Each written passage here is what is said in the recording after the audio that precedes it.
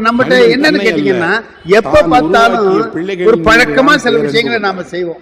இந்த உலகத்தில் ஒருவனிடம் பழக்கமா ரொம்ப நேசிக்கிறியான்னு ஒரு சப் இன்ஸ்பெக்டர் அவன் வெளியே என்ன வேணா சொல்லுவான், மனதுக்குள் தன் பிள்ளைகளைத்தான் அவன் அதிகம் நேசிப்பான். அவர் சப் இன்ஸ்பெக்டர். அதிலும் கூட தந்தைக்கு தன்னுடைய மகளை பற்றி யாராவது போய் சொல்றாங்க, கவலை இல்லாத ஒரு தந்தையை கூட நான் பையனை காணவே இல்லை. சீனால சொல்லுவாங்க, பள்ளிக்கூடத்துக்கு போனது என்னமோ சொல்லுவான், போய் பிறந்த உடனே கோயிலுக்கு சென்று உடனே ஒரு பிரார்த்தனை. யார் மேல சந்தேகப்படுறீங்க தெரியுமா? அவளுக்கு நல்ல இடத்துல கல்யாணம் நடக்கணும் அப்படின்னு. அந்த பொண்ணு நீங்க யார் மேல சந்தேகப்படுறீங்க? வீட்ல திருட்டு போயிட்டுன்னு சொல்றாங்க, நீங்க யார் மேல சந்தேகப்படுறீங்க? 1000 முறை பிரார்த்தனை செய்தால் அவருக்கு பழக்கம். அவன் சொல்லுவான், அவரு இவர் 2 நாளைக்கு சண்டை போட்டாருங்க, அவரா இருந்தாலும் இருக்கும் அப்படின்னு சொல்லி சொல்லுவாங்க. யோசித்து பாருங்கள், ஏராளமான நல்ல பெண்கள், அன்பானவர்கள் அவருடைய ஏற்று தடுமாறி விழுந்தார்கள். அவரு சாக்லேட் கொண்டாந்து கொடுக்குறாரு. அவர்கள் நினைத்த கனவுகள் விரும்பிய திருமணம் நடக்கவே இல்லை. எனக்கு ஆம்பளை புள்ள பிறந்திருக்கு. இன்னும் சொல்ல போனால் நீ யார் மேல சந்தேகப்படுற? ஒப்புதலே இல்லை, அவர்களுடைய விருப்பமே இல்லை. எங்க பாட்டி காலத்துல 10 வயசுல விட்டுருங்க, உனக்கு சாக்லேட் கொடுத்த பாரு அப்படின்னு எவனுக்காவது கொடுத்துருக்கலாம். 1000 முறை எப்ப எதை கேட்கறதுன்னு ஒரு பழக்கம் இருக்குல்லங்க, பிரார்த்தனை செய்வது என்கிட்ட ஒரு பழக்கம் உண்டு. பள்ளிக்கூடத்திலேயே நான் செய்வேன். வாழ்க்கை அமைந்தால் மகள் நான் ஒருத்தன் இருக்கேன்டா, பேரன் பேத்திகள் வருவாங்க. மகளுடைய கண்ணிலிருந்து கண்களில் கண்ணீர் வராமல் இருக்கும். காலையில தெரிந்த ஒரு நண்பர் சொன்னார், பேசிட்டு இருப்பான், நான் என் மகளுக்கு நான் ஒருத்தன் இருக்கேன்டா.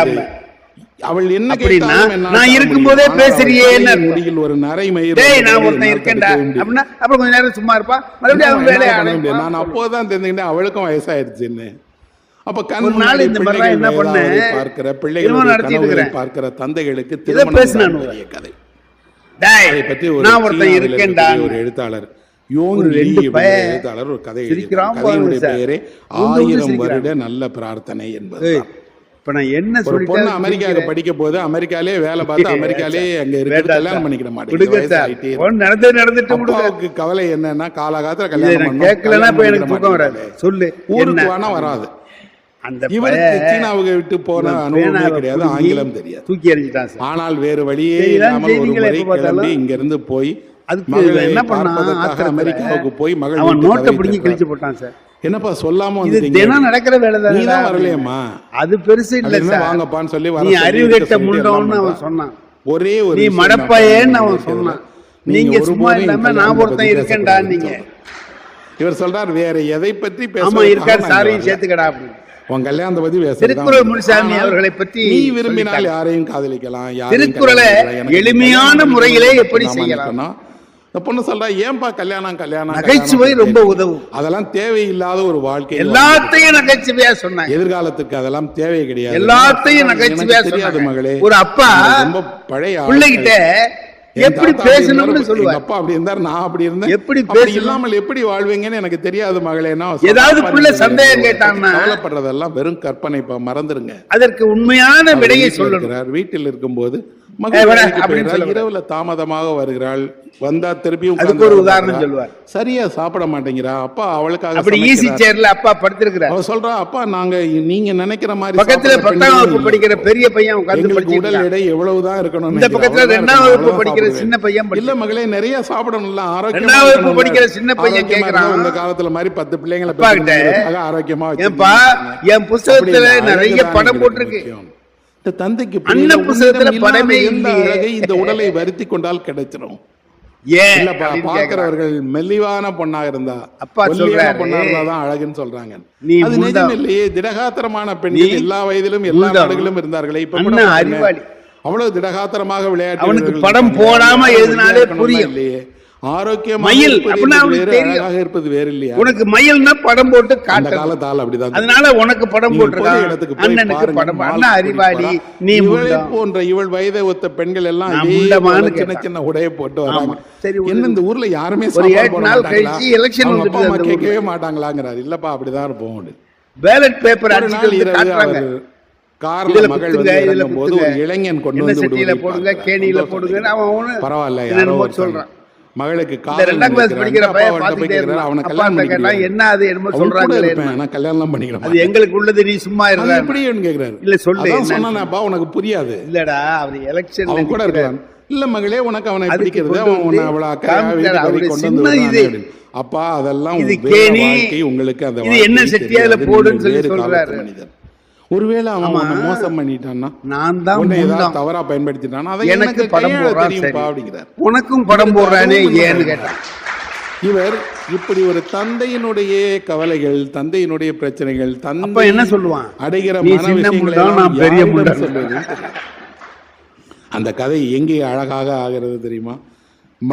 வரும் வேறு ஒரு சின்ன ஜோக்கு தான், ஒரே எவ்வளவு அழகா மனசுல பதியும் பாருங்க. இந்த அறையில அவர் படித்திருக்கார். அந்த நல்ல வார்த்தைகளை பேசுங்க, நல்ல வார்த்தைகளிடம் தந்தை சொல்லுகிறார். அதுல அவர் சொல்றது தந்தையாக இப்படி ஒரு பெரிய அவசியம் வந்துட்டுதுன்னு சொன்னா எவ்வளவு தவறுகள் பண்ணுவான் அப்படிங்கறத சொல்றார். இன்னொன்று அதோட ஒண்ணு பாத்தீங்கன்னா பிள்ளைகளுடைய ஆரோக்கியம், உடலை, அவர்களுடைய நலத்தை கவலைப்படுமா என்ன? இந்த குடியிருப்பில் கதவை தட்டி, மகளே உனக்கு இந்த உணவு, ஒரு பெரிய பணக்காரர் வீட்டு வாசல்ல உட்கார்ந்துருக்கான், நான் தானே கேட்க வேண்டும், என்னை ஏன் அவர் வீட்டு வாசல்ல உட்கார்ந்து நினைக்கிறாங்க? உண்மையில் அப்படி படிச்சிருக்கிறோமா? கிராமத்துல இருந்து ஒருத்தன் வந்தான். எங்க ஊர் பக்கத்துல எல்லாம் என்ன செய்வாங்க, கோழியை விக்கிறதுக்கு வந்தா கால்ல கட்டி தலைகளை தொங்க விட்டு கொண்டு போவான். இங்கேயும் அப்படித்தானே? ஆனால் எல்லா ஊர்லயுமே கோழி அப்படிதான் கட்டுவாங்க. மாறிடுச்சு, தரம் மாறி, காலை கட்டி தலைகளை தொங்க விட்டு நாம் ஒரு சுவரால் பிரிக்கப்பட்டிருக்கிறோம். கொண்டு போறான். வெள்ளைக்காரனை பார்த்தா வெறும் சுவர் அல்ல, என்னடா இவன் இவ்வளவு வெள்ளையா ஒரு ஆள் இருக்கானேன்னு நினைச்சிட்டு மெதுவா போய் கிட்ட நின்று அவனை பார்த்தான். பெற்றவர்கள் கையில வச்சிருக்கப்படுகிறார்கள். வெள்ளைக்காரன் பாக்குறான், அவனுக்கு இங்கிலீஷ் தானே தெரியும். இடையில் இப்படி ஒரு ஆழமான என்ன பண்றதுன்னு பார்த்தான். சுவர் வந்துருச்சு. சுவரை என்னடா பாக்குறேன்னு சொல்லிட்டு வாட் அப்படின்னு தந்தை இருக்கிறார். அந்த பக்கம் அந்த பெண்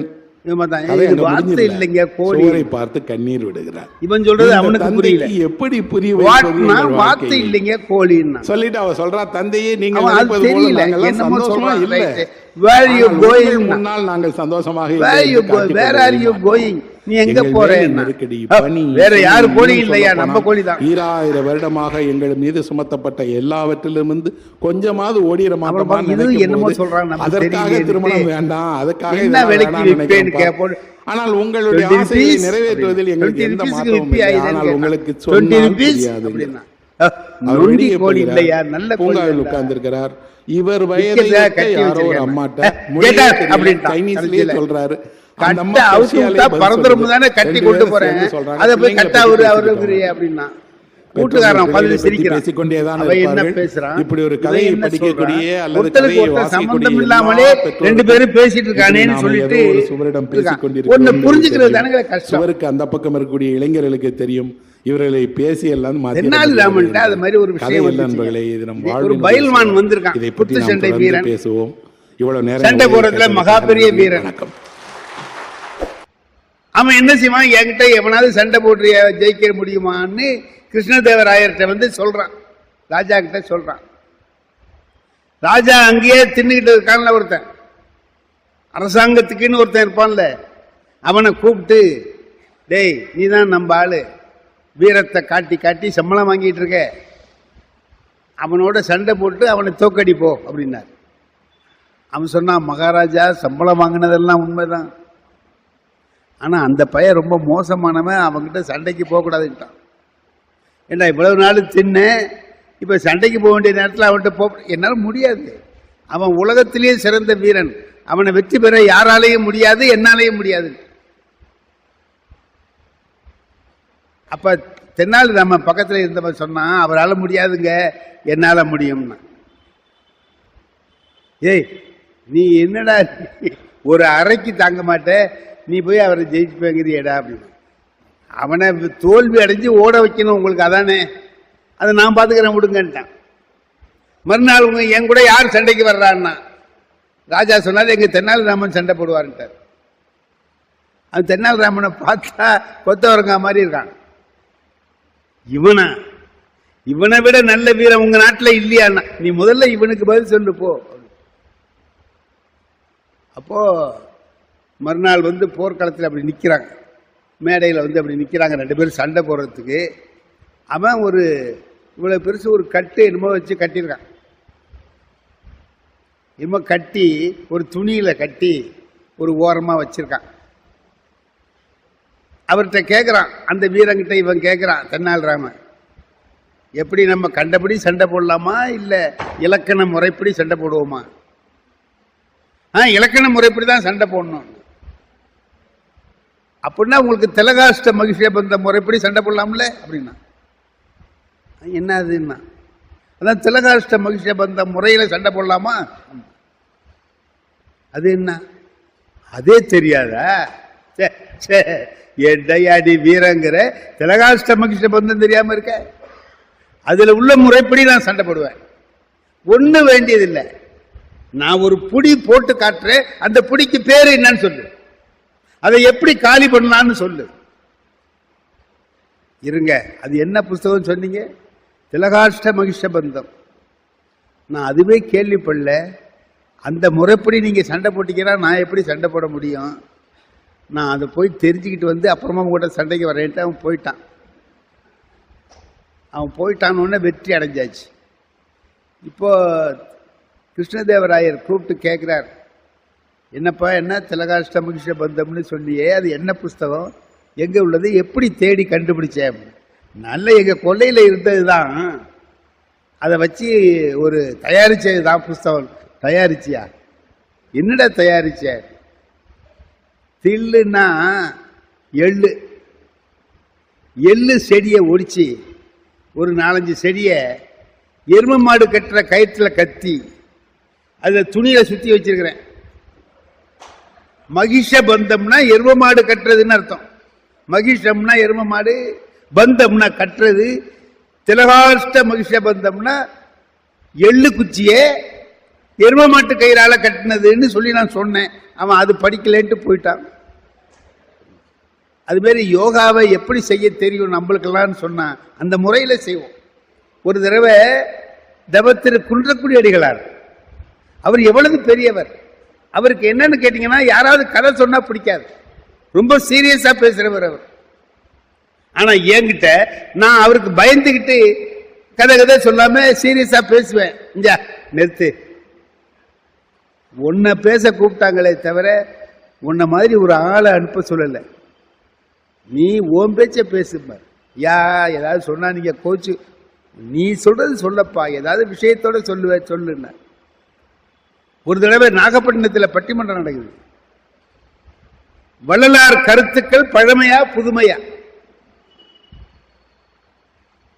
நான் புதுமைன்னு பேசுறேன், பழமைன்னு வேற ஒருத்தர் பேசுறார், ராசுன்னு ஒருத்தர் பேசுறார், அடிகளார் நடுவர்.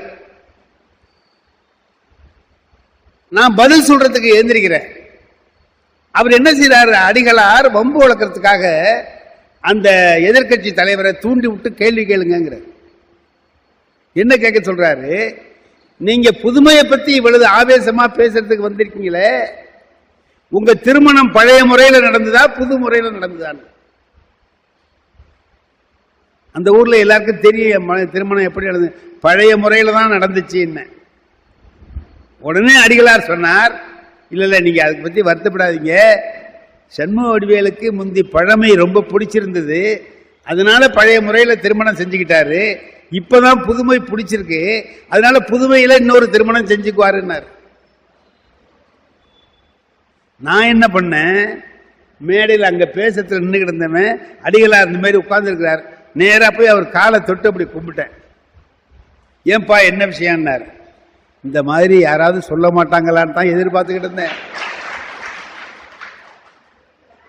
நீங்க சொல்லிட்டீங்க, நாளையிலேருந்து பொண்ணு பார்க்க ஆரம்பிக்க வேண்டியதான். யோ சும்மா சொன்னேன், நீங்க சும்மா பேசுற ஆளு இல்லையே சாமி அப்படின்னா. நான் சும்மா சொன்னேன், நீ பேசு அப்படின்னாரு. நீங்க அப்படி சொல்ல மாட்டீங்க, நாளையிலேருந்து பாத்திர வேண்டியதுதான் அப்படின்னு. என்ன என் பொண்டாட்டி கேட்பா, உனக்கு இந்த யோசனையை சொன்னது யாருன்னு? சாமி தான் சொன்னாரு. மேடைகள்ல தரம் குறையாமல் அதே சமயத்தில் நகைச்சுவையா அப்படி பேசுகிற பேச்சுகள் இருக்கு பாருங்க, எல்லாராலையும் விரும்பப்படும். பேரறிஞர் அண்ணா அவர்கள் பேச்சு கலைக்கு ஒரு இலக்கணம், எப்படி பேசணுங்கிறத உலகத்துக்கு காட்டியவர் அண்ணா. பாருங்க, சி சுப்பிரமணியம் எவ்வளவு பெரிய சிறந்த அமைச்சர். அவர் காங்கிரஸ்காரர், இவர் திமுக. 15 பேர் தான் இருக்காங்க. இவங்க ஆட்சி காங்கிரஸ் நடக்குது. அதுல அவர் நிதி அமைச்சராகவும் கல்வி அமைச்சராகவும் இருக்கிறார். சி சுப்பிரமணியம், காமராஜர் காலம். அப்போ 1957 62 ஒரு பீரியட் முடிஞ்சு போச்சு. 62 சுப்பிரமணியன் சொல்றார், நான் இந்த தடவை சட்டசபைக்கு நிக்க போறதில்ல, பார்லிமெண்ட் எலெக்ஷனுக்கு நிக்க போறேன். அதனால நீங்க எல்லாரும் என்னை வாழ்த்தி வழி அனுப்புங்க. அடுத்த தடவை நான் கடைசி நாள் அன்னையோட சட்டசபை முடியுது. அன்னைக்கு சொல்றார், நீங்க எல்லாரும் என்னை வாழ்த்தி அனுப்புங்கிறார். எல்லாரும் வாழ்த்துறாங்க, எல்லா கட்சிக்காரங்களும் வாழ்த்துறாங்க, அண்ணாவும் வாழ்த்துறார். சொல்றார், நீங்க சாதாரண ஒரு எம்பியா போய் அங்க இருந்துடக்கூடாது, உங்கள்கிட்ட அபார திறமைகள் உண்டு.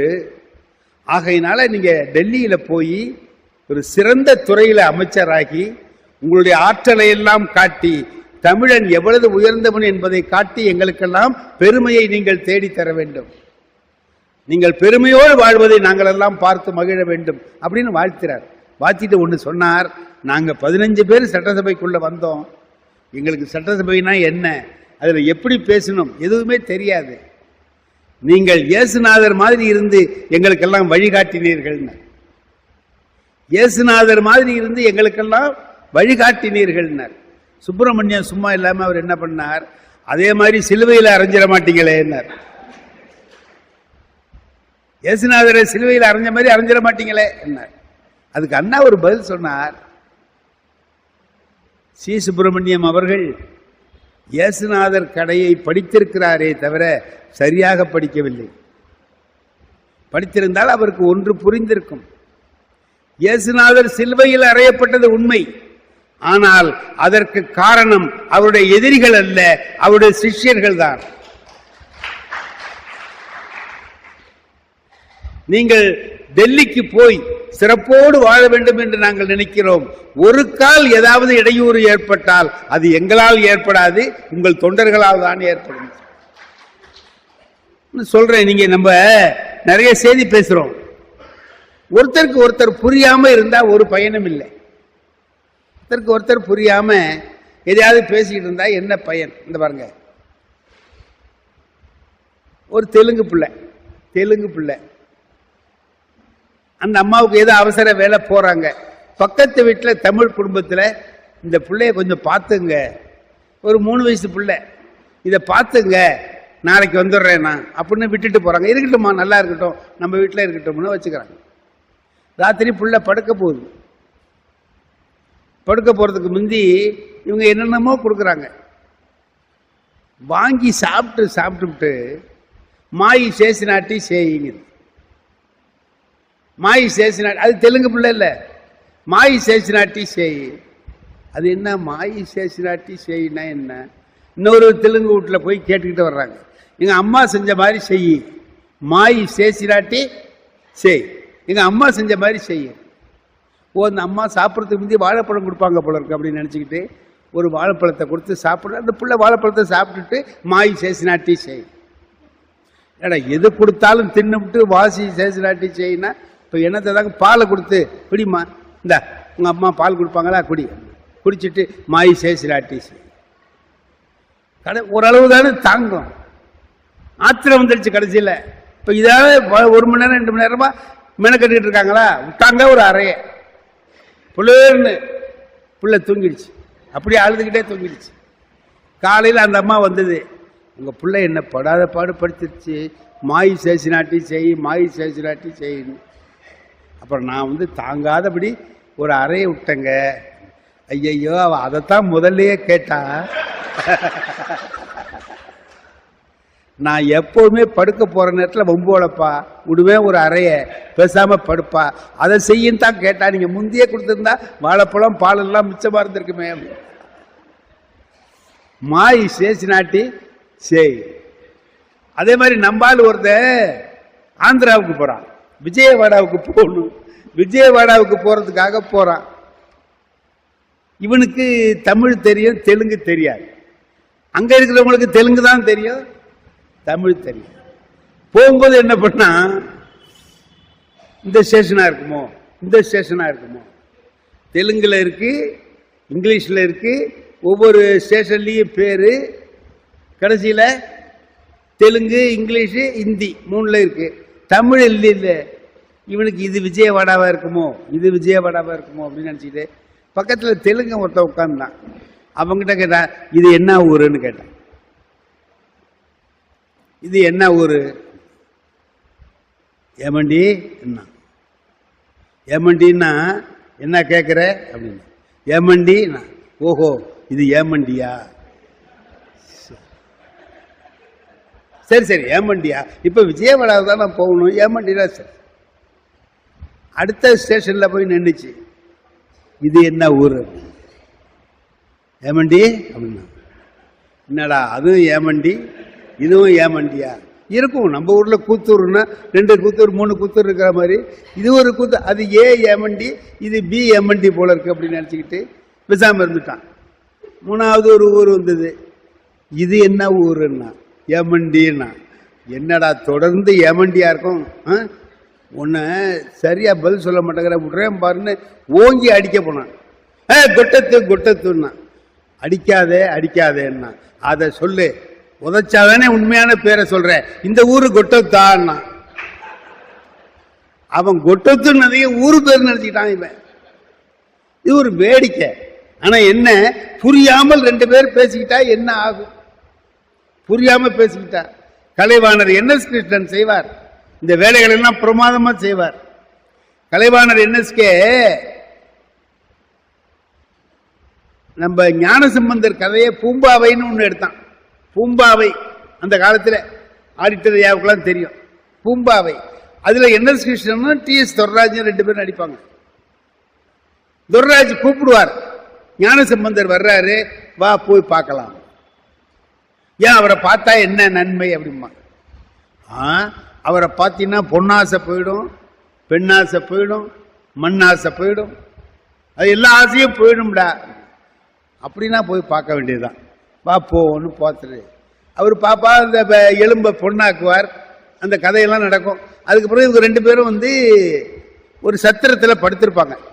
துரைராஜும் NSK 2 பேரும் படுத்திருப்பாங்க. துரைராஜ் உங்களுக்கு தெரியும், காதில் ஒரு கடுக்கன் போட்டிருப்பார், 2 காதலையும் கடுக்கன் போட்டிருப்பார். காலையில் எழுந்த உடனே பார்க்குறாரு, ஒரு கடுக்கனை காணும், எவனோ திருடிட்டு போட்டான் தூங்குற போது. ஐயோ என் கடுக்கம் போயிட்டே கடுக்கம் போயிட்டேன்னு கத்துவார். NSK சொல்லுவாரு, எதுக்கு கத்துற, ஏண்டா கத்துற, இங்க எதுக்கு வந்த? பொன்னாசை போகணும்னு தானே வந்த, பாதி போயிருக்கு, நல்லது தானே, அந்த ஆசையை விடணும்னு நினைச்சிட்டு வந்த, அது போயிருக்கு, ஏன் அழுவுறேன். அந்த கேள்வி சாதாரணமா இருக்கும், அதுக்குள்ள எவ்வளவு அழுத்தம். எல்லாரும் சொல்றான், செய்ய மாட்டான். அந்த ஆசை போகணும், இந்த ஆசை போகணும். நம்ம ராமகிருஷ்ண பரமஹம்சர் ஒரு கதை சொல்றாரு, அருமையான கதை. ஒரு மடம், நிறைய சாமியார்கள் இருக்காங்க. அவங்களுக்கு எல்லாம் ஊடு மடத்தை கூட்டுறது, சமைக்கிறது எல்லாம் அவங்களே செய்யறாங்க. கஷ்டமா இருக்கு, தியானத்தில் ஈடுபட முடியல. அது மடத்து தலைமை சாமியார்கிட்ட போய், எங்களுக்கெல்லாம் ரொம்ப கஷ்டமா இருக்கு, வீடு வாசல் கூட்டுறது, பாத்திரங்கள் கழுவுறது கொள்றது, அதுக்கு ஒரு கிழவி யாராவது ஒருத்தர் இருந்தா கூட பரவாயில்ல, ஒரு கிழவியா இருந்தா தேவலாம், ஒரு வேலைக்கு வச்சிங்கன்னா தேவலாம். அதெல்லாம் வைக்க முடியாது போயார். ஐயா நான் சொல்றேன், வயசு காலமா கிழவியா இருந்தா கூட பரவாயில்ல வைங்க, அதெல்லாம் வைக்க முடியாது. அவங்க வேலையை அவங்க பார்த்துங்க போங்கப்பா. ரொம்ப போட்டு கஷ்டப்படுத்துறானுவோ. ஒரு வேலைக்கு ஆள் வேணும், வேலைக்கு ஆள் வேணும், கிழவியா இருந்தாலும் பரவாயில்ல அனுப்புங்க, கிழவியா இருந்தாலும். அவர் சாமியார் ஒரு நாள் என்ன பண்ணாரு, சாப்பாட்டில் கொஞ்சம் நிறைய உப்பை போட்டு அவங்களெல்லாம் சாப்பிட வச்சு படுத்த உடனே கதவை பூட்டி விட்டார், வெளியே வர முடியாதபடி. எல்லாம் படுத்துட்டான். உப்பு அதிகமாக சேர்த்து சாப்பிட்டா ஒரே தாகம், தண்ணி தாகம் எடுக்கும். தாகம் எடுக்குது, எல்லாம் நினைச்சு பார்க்குறான், கதவு வெளியில் போக முடியல, பூட்டியிருக்கு, தண்ணி இல்லை. அங்கங்கே இங்கே சுற்றுறான். கடைசியில் ஒரு சாமி என்ன பண்ணான், ஒரு இடத்துல போய் ஒன்று கண்டுபிடிச்சான். டேய் இங்கே இருக்கடா தண்ணின்னா. என்ன தண்ணிடான்னு போய் பார்த்தா காலையில் வாசல் கூட்டுறதுக்கு சாணி கலந்து வச்சிருக்கு, சாணி தண்ணி. பார்த்தான், தாகம் தாங்கல, அதெல்லாம் பார்த்தா முடியாது, தெளிவாக குடிச்சிருவாரேன்னு ஒருத்தன் வந்தனா போய் இவனுக்கு தெரியாம அவன் குடிக்கிறான், அவனுக்கு தெரியாம இவன் குடிக்கிறான். சாணி தண்ணிய அள்ளி தெளிவாக குடிச்சிட்டு வந்துட்டானு. காலையில் பெரிய சாமி வந்து கதவை திறந்துச்சு, போய் பார்த்தது. ஏண்டா என்னடா சாணி தண்ணி கரைச்சி வச்சிருந்தேன், தண்ணியை காணுமே அப்படின்னு. ஏன் கேட்குறீங்க? தாகம் தாங்கல சாமி, அதோட சரின்னு சாணி தண்ணியை குடிச்சிட்டேன். நான் ஏன் கிளவியை வேலைக்கு வைக்கலன்னு புரியுதா உனக்கு? தாகம்னு வந்துட்டா சாணி தண்ணியா வேற தண்ணியான்னு பார்க்க மாட்டான். உங்களுடைய துறவு நிலையை காப்பாற்றுறதுக்காக தான் நான் இதை செஞ்சேன்னு சொல்லி. இது பரமஹம்சருடைய கதை. கொண்டாட்டமா கொண்டாடினாங்க. அதில் சொல்ற போது சொன்னேன், நாம் எல்லாரும் உணர்ந்து கொள்வதற்கு ஒரு விஷயம் முக்கியமா தெரியணும். என்னன்னு கேட்டா, என்ன காரணம்னு தெரியும். நான் எல்லாம் இருக்கு, கஷ்டப்படுறேனே ஏன்? பணம் இருக்கு, காசு இருக்கு, புள்ள குட்டி இருக்கு, எல்லாரும் நல்லா இருக்காங்க, அப்புறம் ஏன் நான் கஷ்டப்படுறேன்னா? ஏதோ ஒண்ணு என்கிட்ட குறை இருக்கு, ஏதோ ஒரு குறை என்கிட்ட இருக்கு, அது என்னன்னு தெரிஞ்சு திருத்திக்கணும் அப்படின்னு நினைக்கிறது தானே சரி. அதை புரிஞ்சுக்காம பொண்டாட்டி சொன்ன பேச்சு கேட்க மாட்டேங்கிறா, மவன் பாருங்க அடக்கமா இல்லை, மருமக பாருங்க சொன்னது, இதெல்லாம் சொல்லாத. அதுக்கு தான் ஒரு கிராமத்தில் நடந்த ஒரு நிகழ்ச்சி எனக்கு ரொம்ப உதவியா இருந்துச்சு. கிராமத்தில் அந்த கல்வெட்டெல்லாம் படிக்கிறதுக்காக போனோம். அது ரொம்ப குக்கிராமம், சின்ன கிராமம். காலையில் வீட்டில் சாப்பிட்டு போயிடுவோம், அதெல்லாம் அந்த வேலை செய்வோம். மத்தியான சாப்பாட்டுக்கு டீ கூட குடிக்கிறதுக்கு கடை கிடையாதுங்க, டீ கடை கூட கிடையாது. ஆனா ஒரு ஏற்பாடு என்னன்னு கேட்டீங்கன்னா, அந்த குருக்கள் ஐயா இருக்கிறார் பாருங்க, கோயில் குருக்கள், அவரு மத்தியானம் 1 மணிக்கு சரியா என்ன பண்ணுவார், அங்க எங்கேயோ இருந்து வருவார், மணி அடிப்பார். பூஜை பண்றதுக்கு அடையாளம். நாங்க அங்கங்கே இருக்கிற நாங்க அங்க போவோம். அவர் கையில ஒரு உண்டை கட்டி கொண்டு வருவார், ஒரு சோறு நைவேத்தியம் பண்ணிவிட்டு அதை எங்கிட்ட கொடுப்பார். எங்களுக்கு சாப்பாட்டுக்கு அது போதும், அதை சாப்பிட்டு ஊருக்கு வந்துடலாம். அதை வச்சுக்கிட்டோம். ஒரு 4-5 நாள் மணி அடிக்கல, எங்களால போய் சோறு வாங்க முடியல. நேரம் கழிச்சு போறோம் கொள்றோம், போயிட்டார். அப்போ கேட்டான், அவரை பார்த்த போது மறுபடி, என்னங்க மணி அடிக்க போகாம இருந்துட்டீங்களே ஏன்னு கேட்டேன். அந்த குருக்கள் சொன்னாரு, மணி அடிக்காததுக்கு 4 காரணம் இருக்குன்னார். மணி அடிக்காததுக்கு 4 காரணம் இருக்குன்னார். என்ன? ஒண்ணு, அந்த மணி மாற்ற கொக்கி உடைஞ்சு போச்சு. அது சரி, அது உடைஞ்சு போச்சுன்னா மணியை மாட்ட முடியாது, அடிக்கணும். 2வது, இழுத்து அடிக்கிற கயிறு நஞ்சு போச்சு. ஆமா, அப்புறம் இழுத்து அடிக்க கயிறு இல்லைன்னா என்ன பண்றது? அந்த பயலுக்கு நேத்தியிலேருந்து ஜுரம், அடிக்கிற பயலுக்கு அவன் அடிச்சா வரமாட்டான், வரவே இல்லை. 4வது காரணம், முந்தா நாள் அந்த மணி திருட்டு போயிட்டு இருந்தார். நான் சொன்னேன், அதானடா காரணம். மணி அடிக்காததுக்கு உள்ள ஒரே காரணம் திருட்டு போனதுதான். கயிறு, திருட்டு போன மணியில கயிறு இருந்தா என்ன, இல்லாட்டி என்ன? திருட்டு போன மணிக்கு கொக்கி இருந்தா என்ன? இவனுக்கு நேத்தி ஜுரம், மணி முந்தா நாள் காணா போயிட்டு. அதுக்கு இதுக்கு சம்பந்தம் இல்லை பாருங்க. நாம நினைக்கணும், மருமகன் சரியில்லை, மகன் சரியில்லை, பொண்டாட்டி சொல்லாத நீ சரியில்லை. சரபோஜி மகாராஜா இருந்தார் பாருங்க, அவர் காலத்துல என்னன்னு கேட்டீங்கன்னா, சிறந்த கலைஞர்களை எல்லாம் அவர் ஆதரிப்பார், சிறந்த கலைஞர்களை எல்லாம் ஆதரிப்பார். ஒரு கச்சேரி வச்சிருக்கார். மைசூர்ல இருந்து ஒருத்தர் வந்து பாடுறார். எதுக்க உட்கார்ந்து கேட்கிறாங்க. அந்த கச்சேரி கேட்க வர்றவங்க எப்படின்னு கேட்டீங்கன்னா, வந்த உடனே ராஜ விருந்து உண்டு, நல்ல விருந்து முடிச்சிட்டு வந்து உட்காரணும். எல்லாரும் அந்த விருந்துக்கு ஆசைப்பட்டு வருவான். அவன் எல்லாருமே ரசிகனான்னு சொல்ல முடியாது. அப்படி உட்காந்து கேட்பான். சும்மா இருந்தா ஒரு மரியாதை இல்லை. அப்படியே பொம்மை மாதிரி உட்கார்ந்தா நல்லா இருக்குமா? தலை ஆட்டினாதான் ஒரு ரசிக்கிற மாதிரி ஒரு அடையாளம். இல்லை பாட்டு பாடுறவருக்கு எதுக்கு இருந்துக்கிட்டு அப்படின்னா ரசிக்கிறாருன்னு பாடுறவர் நினைச்சுக்குவார். அவர் எதுக்கு தலையாட்டுறது தெரியாது.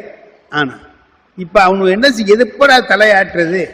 நல்லா இருக்கிற இடத்துல தானே தலையாட்டணும். நல்லா இருக்கிற இடத்த எப்படி கண்டுபிடிக்கிறது? பாப்பானுவார். ராஜா சிறந்த ரசிகர் இல்லையா? அவரு தலையாற்ற நேரம் பார்த்து இவனை பூரா ஆட்டுவான். அவரு அப்படி எல்லா பயிலும் இத ராஜா பார்த்துட்டு என்ன நினைக்கிறாரு? நல்லா ரசிக்கிறான்னு. நம்ம ஆட்டினதுக்கு அப்புறம் தான் அவனும் ஆட்டுறான்னு தெரியல. நல்லா ரசிக்கிறான்னு நினைச்சுக்கிட்டு மந்திரியை கூப்பிட்டு சொன்னார், மந்திரி இப்ப நம்ம நாட்டில் எல்லாருமே சங்கீதத்தை நல்லா ரசிக்கிறாங்க இல்ல? மந்திரி உண்மையை சொல்றாரு. அப்படிலாம் நினைச்சிடாதீங்க மகாராஜா, நீங்க ஆட்டுறதை பார்த்துட்டு அவனும் ஆட்டுறான், எல்லாம் ரொம்ப ரசிச்சு ஆட்டுறான்னு நினைச்சிட்டு இருக்காதீங்க. எல்லாம் நல்ல விருந்துன்னு வந்தவன் தான். உனக்கு எப்ப பார்த்தாலும் குறை சொல்லுவேன், நல்லா ரசிக்கிறாங்கப்பா.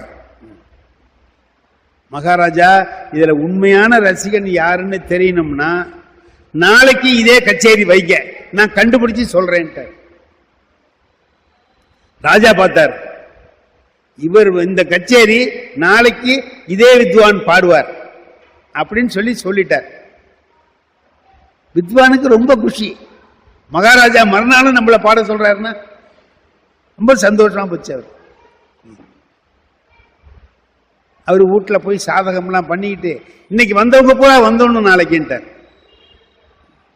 ஏன்னா கண்டுபிடிக்கணும்ல ரசிகன் யாருன்னு.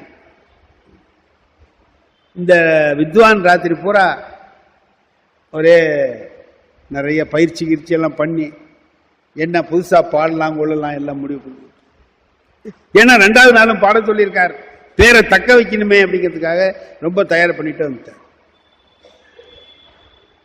அந்த விருந்து எல்லாரும் விருந்த போய் சாப்பிட்டான். சாப்பிட்டுட்டு உள்ள வந்து உட்கார்றான். வர்ற வழியில அந்த வாசல் கிட்ட நின்றுக்கிட்டார் மந்திரி.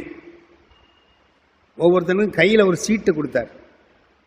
இந்த சீட்டை படிச்சு பார்த்துக்க, அதன்படி நடந்துக்க. இந்த சீட்டை படிச்சா பாடகர் பாடும்போது தலையை ஆட்டக்கூடாது, மீறி ஆட்டினால் தலை வெட்டப்படும். இப்படிக்கு மந்திரி சின்ன சீட்டு கொடுத்துட்டான். அவன் ஒன்றும் படிச்ச, என்னடா விருந்துன்னு வந்தா தலை போயிடும் போல இருக்கே, இவன் என்னடா தலை எடுத்து, இது தெரிஞ்சாக்கா வராமலே இருந்திருக்கலாமே.